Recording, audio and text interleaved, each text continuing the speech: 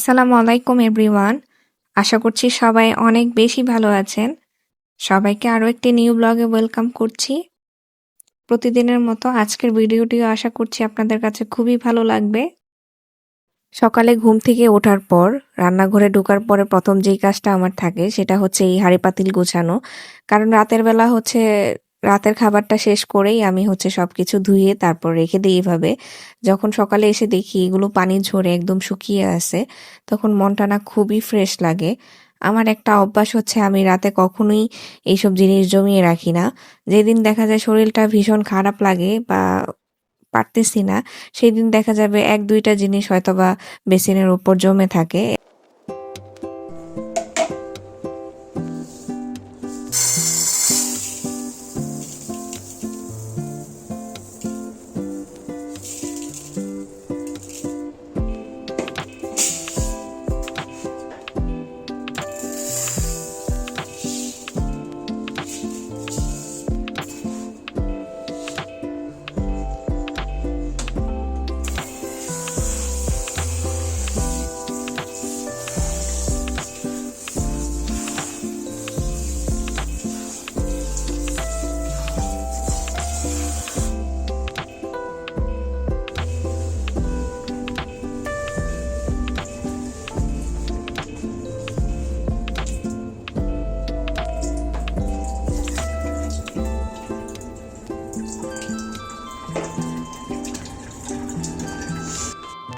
আজকে সকালের নাস্তায় আমার খুবই পছন্দের একটা খাবার রান্না করব।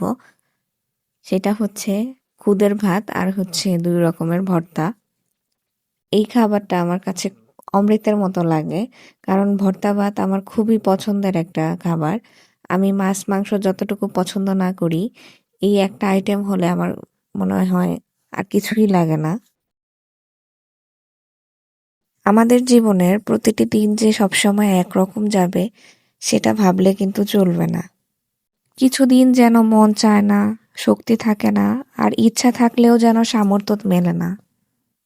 আর সেটাই কিন্তু স্বাভাবিক একটা বিষয়। তার মানে এই নয় যে আমি অযোগ্য বা আমি ব্যর্থ। তার মানে শুধু আজকের দিনটা কিন্তু আমার ছিল না। আর এই বাক্যটাই কিন্তু শেখায় আমার নিজের প্রতি দয়ালু হতে, নিজেকে একটু সময় দিতে। আজ আমার যে কাজটা আটকে পড়ে গেছে সেটা কাল নতুন শক্তি নিয়ে আবার শুরু করা যায়। আজ যে স্বপ্নটা দূরে মনে হচ্ছে সেটা কাল এক ধাপ কাছে আসতে পারে। জীবন আসলে দৌড় নয়, এটা একটা যাত্রা। কোথাও থামা মানে সেটা কিন্তু শেষ নয়, সেটা আসলে আমাদের শ্বাস নেওয়া। তাই আজ যদি ক্লান্ত লাগে নিজেকে অবশ্যই বলবেন, আমি আজ না পারলেও কাল ঠিকই পারবো। এই বিশ্বাসটাই কিন্তু আপনাকে একদিন আপনার সেই স্বপ্নের চূড়ায় পৌঁছে দিবে।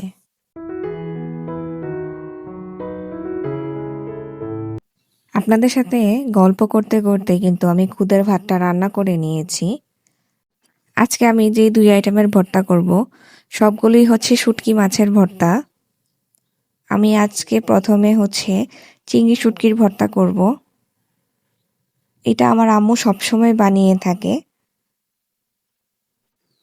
প্রথমে আমি হচ্ছে চিংড়ি শুটকিটা খুব ভালোভাবে ধুয়ে নিয়েছি, কারণ এই শুটকিতে অনেক পরিমাণে বালি থাকে, এটা খুবই ভালোভাবে ধুয়ে নিতে হবে।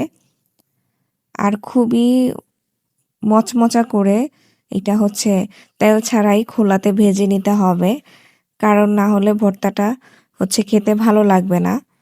আর এখানে আমি হচ্ছে শুকনা মরিচ টেলে নিয়েছি, তারপর হচ্ছে একটু পেঁয়াজ কুচি দিয়ে দিয়েছি। ভর্তাটা খুবই ঝাল করে বানিয়েছিলাম। প্রথমে ভেবেছি হয়তোবা কেউ খেতেই পারবে না, পরে দেখলাম যে সবাই খুবই পছন্দ করে খেয়েছে। তারপরে আমি হচ্ছে টেলে রাখা চিংড়ি শুটকিগুলো দিয়ে দিচ্ছি। পরে সেটা আলতো হাতে মাখাতে হবে শুকনো মরিচ আর পেঁয়াজের সাথে।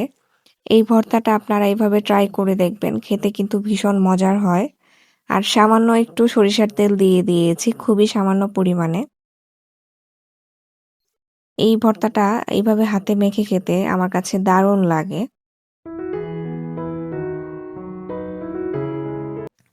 সেই সাথে আমি আজকে কিন্তু চেপা শুটকির ভর্তা করব। আমার বাসায় এখন পাটা নাই। নরমালি চেপা শুটকির ভর্তা করলে আমি হচ্ছে পাটায় বেটে তারপর করি, যেটা হচ্ছে কাঁচা পেঁয়াজের। কিন্তু আজকে যেহেতু নাই বাসায়, পরে ভাবলাম যে আজকে হচ্ছে তেলে যেই ভর্তাটা করে সেটাই করে নিই।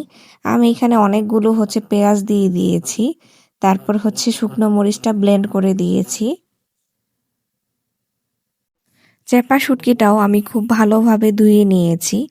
এখন আমি হচ্ছে এটা যখন পেঁয়াজ আর মরিচটা একটু ভাজা ভাজা হয়ে আসবে তখনই আমি হচ্ছে চেপা শুটকিটা দিয়ে দিয়েছি। এই ভর্তাটা আবার হচ্ছে কি তেমন একটা ঝাল হয় নাই, পেঁয়াজের কারণে না একটু মিষ্টি ভাব চলে এসেছিল।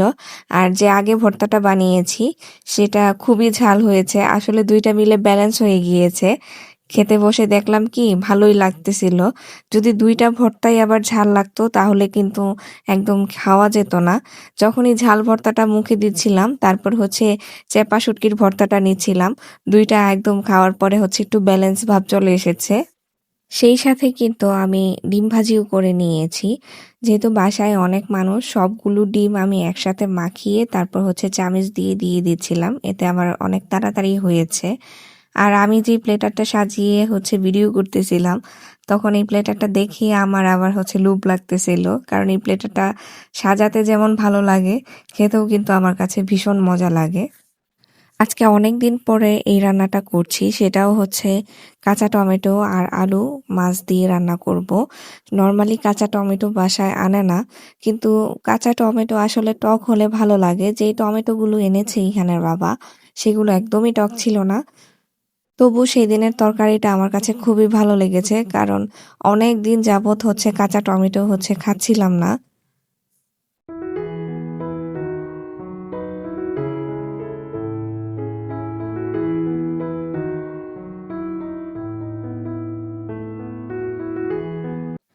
যারা আমার ভিডিওটি এখন পর্যন্ত কন্টিনিউ করছেন তারা আমার ভিডিওতে কিন্তু লাইক দিতে ভুলবেন না, আর কমেন্ট করে জানাবেন আজকের ভিডিওটির কোন অংশটি আপনাদের কাছে সবচাইতে বেশি ভালো লেগেছে।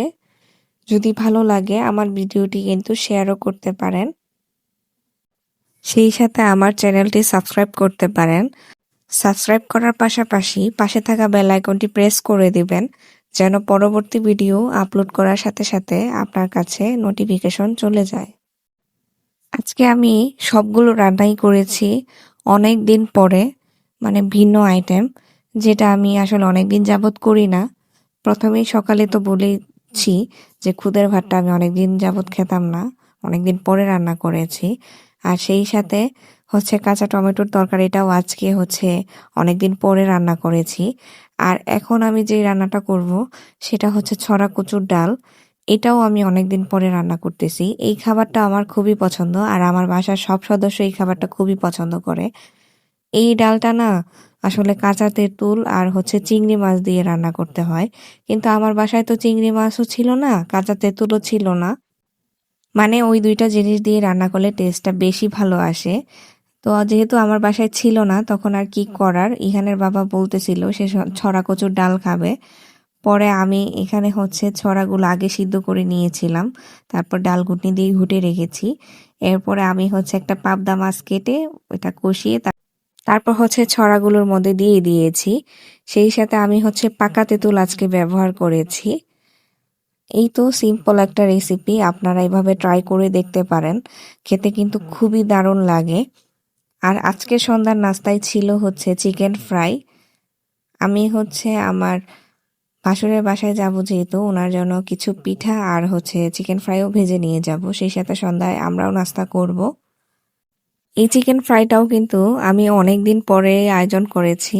সচরাচর এখন তেমন একটা বাসায় বানিয়ে চিকেন ফ্রাই খাওয়া হয় না, নর্মালি যখন বাহিরে যাই তখনই খেয়ে আসি। আজকের ভিডিওটি কিন্তু এই পর্যন্তই। সবাই ভালো থাকবেন আর আমাদের জন্য কিন্তু অবশ্যই দোয়া করবেন। দেখা হবে অন্য আরেকটি ভিডিওতে। আল্লাহ হাফেজ।